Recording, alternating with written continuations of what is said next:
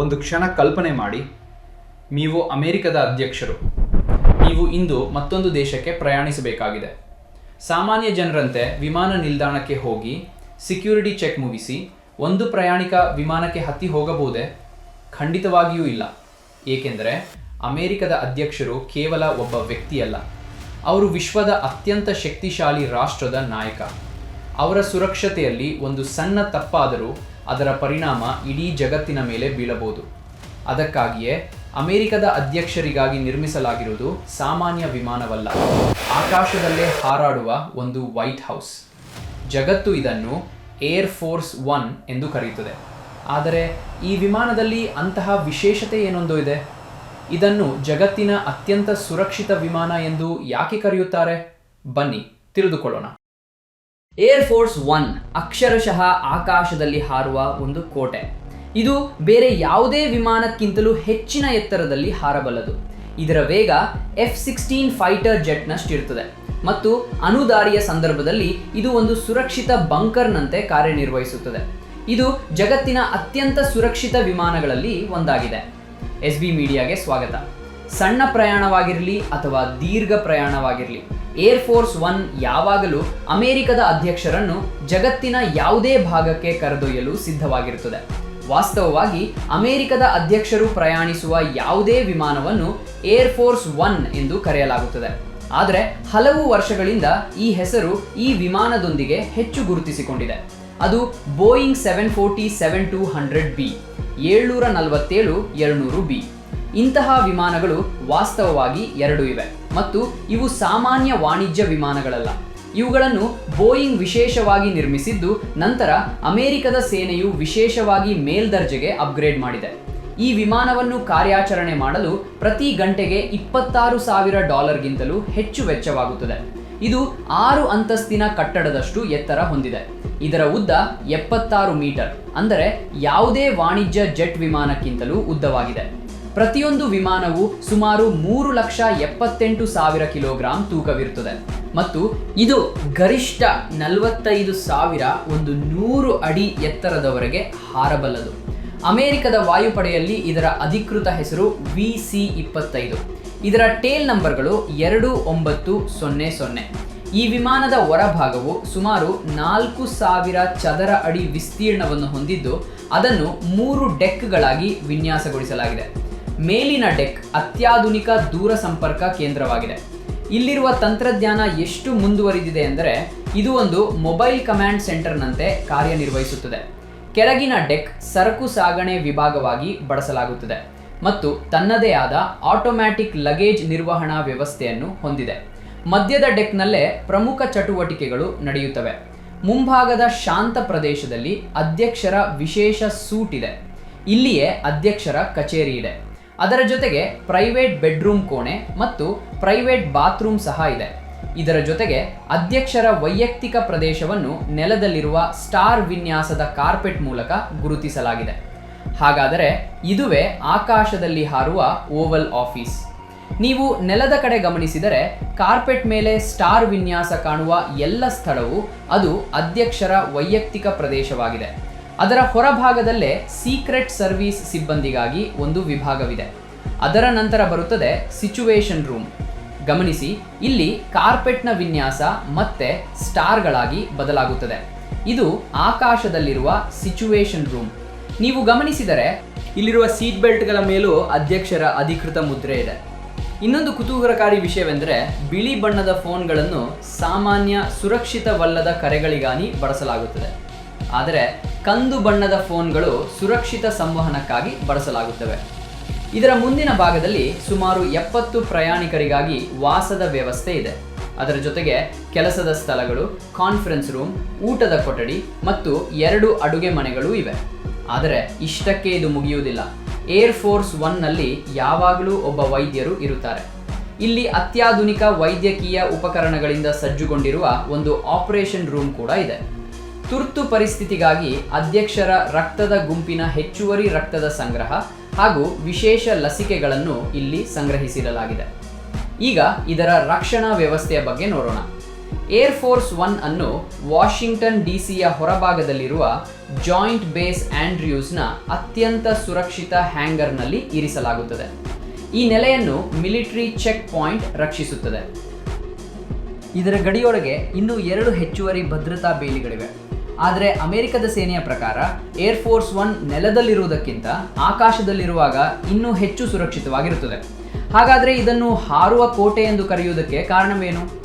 ಮೊದಲನೇದಾಗಿ ಇದು ಒಂದೇ ಬಾರಿ ಸುಮಾರು 14,300ರಿಂದ 15,000 ಕಿಲೋಮೀಟರ್ಗಳವರೆಗೆ ಪ್ರಯಾಣಿಸಬಲ್ಲದು. ಅಷ್ಟೇ ಅಲ್ಲ, ಗಾಳಿಯಲ್ಲೇ ಇಂಧನ ತುಂಬಿಸಿಕೊಳ್ಳುವ ಸಾಮರ್ಥ್ಯ ಇರುವುದರಿಂದ ಏರ್ಫೋರ್ಸ್ 1 ಬಹುತೇಕ ಅನ್ಲಿಮಿಟೆಡ್ ಸಮಯದವರೆಗೆ ಹಾರುತ್ತಿರಬಹುದು.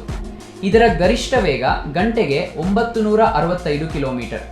ವಾಸ್ತವವಾಗಿ 9/11 ದಾಳಿಯ ಸಮಯದಲ್ಲಿ ಇದನ್ನು ವಾಷಿಂಗ್ಟನ್ಗೆ ಎಸ್ಕಾರ್ಟ್ ಮಾಡುತ್ತಿದ್ದ F-16 ಪೈಲಟ್ಗಳಲ್ಲಿ ಒಬ್ಬರು ಈ ವಿಮಾನವನ್ನು ತಲುಪಲು ತಾವು ಕೂಡ ವೇಗ ಹೆಚ್ಚಿಸಬೇಕಾಯಿತು ಎಂದು ಹೇಳಿದ್ದಾರೆ. ಅಮೆರಿಕದ ಸೇನೆಯು ಈ ವಿಮಾನದಲ್ಲಿ ಅನೇಕ ವಿಶೇಷ ಬದಲಾವಣೆಗಳನ್ನು ಮಾಡಿದ್ದು, ಇದು ಆಕಾಶದಲ್ಲೇ ಒಂದು ಸುರಕ್ಷಿತ ಬಂಕರ್ನಂತೆ ಕಾರ್ಯನಿರ್ವಹಿಸುವಷ್ಟು ಬಲಿಷ್ಠವಾಗಿದೆ. ಇದರ ರಕ್ಷಣಾ ವ್ಯವಸ್ಥೆಯನ್ನು ಏರ್ ಟು ಏರ್ ಕ್ಷಿಪಣಿಗಳು, ನೆಲದಿಂದ ಗಾಳಿಗೆ ಉಡಾಯಿಸುವ ಕ್ಷಿಪಣಿಗಳು ಹಾಗೂ ಸಂಭವನೀಯ ಡ್ರೋನ್ ದಾಳಿಗಳನ್ನು ಎದುರಿಸುವಂತೆ ವಿನ್ಯಾಸಗೊಳಿಸಲಾಗಿದೆ. ವಿಮಾನದ ಹೊರಭಾಗವು ಸಂಪೂರ್ಣವಾಗಿ ವಿಶೇಷ ರಕ್ಷಣಾತ್ಮಕ ಲೋಹದ ಪದರದಿಂದ ಬಲಪಡಿಸಲಾಗಿದೆ. ಕಿಟಕಿಗಳ ಗಾಜುಗಳಿಗೂ ಅದೇ ರೀತಿಯ ರಕ್ಷಣೆ ನೀಡಲಾಗಿದೆ. ಪ್ರತಿ ಹೊರಹೋಗುವ ದ್ವಾರಕ್ಕೂ ತನ್ನದೇ ಆದ ಮಡಚಬಹುದಾದ ಮೆಟ್ಟಿಲುಗಳಿವೆ. ಇದರಿಂದ ವಿಮಾನ ನಿಲ್ದಾಣದಲ್ಲಿ ಯಾವುದೇ ವಿಧದ ವಿಧ್ವಂಸಕ ಕೃತ್ಯಗಳನ್ನು ತಡೆಯಬಹುದು. ಇದರ ರಕ್ಷಣಾ ವ್ಯವಸ್ಥೆಯಲ್ಲಿ ಶತ್ರುಗಳ ರಾಡಾರ್ಗಳನ್ನು ಗೊಂದಲಗೊಳಿಸುವ ರಾಡಾರ್ ಜಾಮರ್ಗಳು, ಶಾಖವನ್ನು ಅನುಸರಿಸುವ ಕ್ಷಿಪಣಿಗಳ ದಿಕ್ಕನ್ನು ತಪ್ಪಿಸಲು ಫ್ಲೇರ್ಗಳನ್ನು ಹೊರಸೂಸುವ ವ್ಯವಸ್ಥೆ, ವಿದ್ಯುತ್ಕಾಂತೀಯ ಸ್ಪಂದನ, EMP ದಾಳಿಯಿಂದ ರಕ್ಷಿಸುವ ತಂತ್ರಜ್ಞಾನ ಮತ್ತು ಸಾರ್ವಜನಿಕರಿಗೆ ಬಹಿರಂಗಪಡಿಸದ ಅನೇಕ ಅತ್ಯಂತ ರಹಸ್ಯ ಭದ್ರತಾ ವ್ಯವಸ್ಥೆಗಳು ಸೇರಿವೆ. ಇಲ್ಲಿಯವರೆಗೆ ಈ ವಿಡಿಯೋ ನಿಮಗೆ ಇಷ್ಟವಾಗಿದ್ದರೆ ಇಂತಹ ಇನ್ನಷ್ಟು ವಿಡಿಯೋಗಳನ್ನು ನೋಡಲು ಲೈಕ್ ಮಾಡಿ ಮತ್ತು SB ಮೀಡಿಯಾ ಚಾನೆಲ್ಗೆ ಸಬ್ಸ್ಕ್ರೈಬ್ ಮಾಡಿ. ಈಗ ಭದ್ರತಾ ನಿಯಮಗಳ ಬಗ್ಗೆ ನೋಡೋಣ. ನ್ಯೂಯಾರ್ಕ್ಗೆ ಸಣ್ಣ ಪ್ರಯಾಣವಾಗಿರಲಿ ಅಥವಾ ಜಗತ್ತಿನ ಇನ್ನೊಂದು ತುದಿಗೆ ದೀರ್ಘ ಪ್ರಯಾಣವಾಗಿರಲಿ, ಏರ್ಫೋರ್ಸ್ 1ನ ಪ್ರತಿಯೊಂದು ಹಾರಾಟವನ್ನು ಒಂದು ವಿಶೇಷ ಮಿಷನ್ನಂತೆ ಪರಿಗಣಿಸಲಾಗುತ್ತದೆ. ಪ್ರತಿಯೊಂದು ಹಂತವನ್ನು ಅತ್ಯಂತ ಸೂಕ್ಷ್ಮವಾಗಿ ಯೋಜಿಸಲಾಗುತ್ತದೆ. ಸಂಭವಿಸಬಹುದಾದ ಪ್ರತಿಯೊಂದು ಅಡಚಣೆಯನ್ನು ಮುಂಚಿತವಾಗಿಯೇ ಲೆಕ್ಕಕ್ಕೆ ತೆಗೆದುಕೊಳ್ಳಲಾಗುತ್ತದೆ. ಅಗತ್ಯವಿದ್ದರೆ ಪರ್ಯಾಯ ಮಾರ್ಗಗಳನ್ನು ಸಿದ್ಧವಾಗಿರಿಸಲಾಗುತ್ತದೆ. ವಿಮಾನ ಹಾರುತ್ತಿರುವಾಗ ಏರ್ಫೋರ್ಸ್ 1ಗೆ ಅದರದೇ ಆದ ವಿಶೇಷ ವಾಯು ಪ್ರದೇಶವನ್ನು ಮೀಸಲಿಡಲಾಗುತ್ತದೆ. ಅಧ್ಯಕ್ಷರ ವಿಮಾನವಲ್ಲದ ಯಾವುದೇ ವಿಮಾನವು ಇದರಿಂದ ಕನಿಷ್ಠ 3 ನಾಟಿಕಲ್ ಮೈಲುಗಳು ಅಂದರೆ ಸುಮಾರು 5.5 ಕಿಲೋಮೀಟರ್ ಅಂತರವನ್ನು ಕಾಪಾಡಿಕೊಳ್ಳಲೇಬೇಕು. ವಿಶೇಷವಾಗಿ ಅಂತಾರಾಷ್ಟ್ರೀಯ ಪ್ರವಾಸಗಳ ಸಮಯದಲ್ಲಿ ಹೆಲಿಕಾಪ್ಟರ್ಗಳು ಮತ್ತು ಇತರ ಭದ್ರತಾ ಸಿಬ್ಬಂದಿಯನ್ನು ಹೊತ್ತ ಹಲವಾರು ವಿಮಾನಗಳು ಮೊದಲೇ ಹೊರಡುತ್ತವೆ. ಇವುಗಳಲ್ಲಿ ಅಧ್ಯಕ್ಷರ ಅಧಿಕೃತ ವಾಹನ ಹಾಗೂ ದ ಬೀಸ್ಟ್ ಕಾರನ್ನು ಹೊತ್ತಿರುವ C-17 ಗ್ಲೋಬ್ ಮಾಸ್ಟರ್ ವಿಮಾನವು ಸೇರಿರುತ್ತದೆ.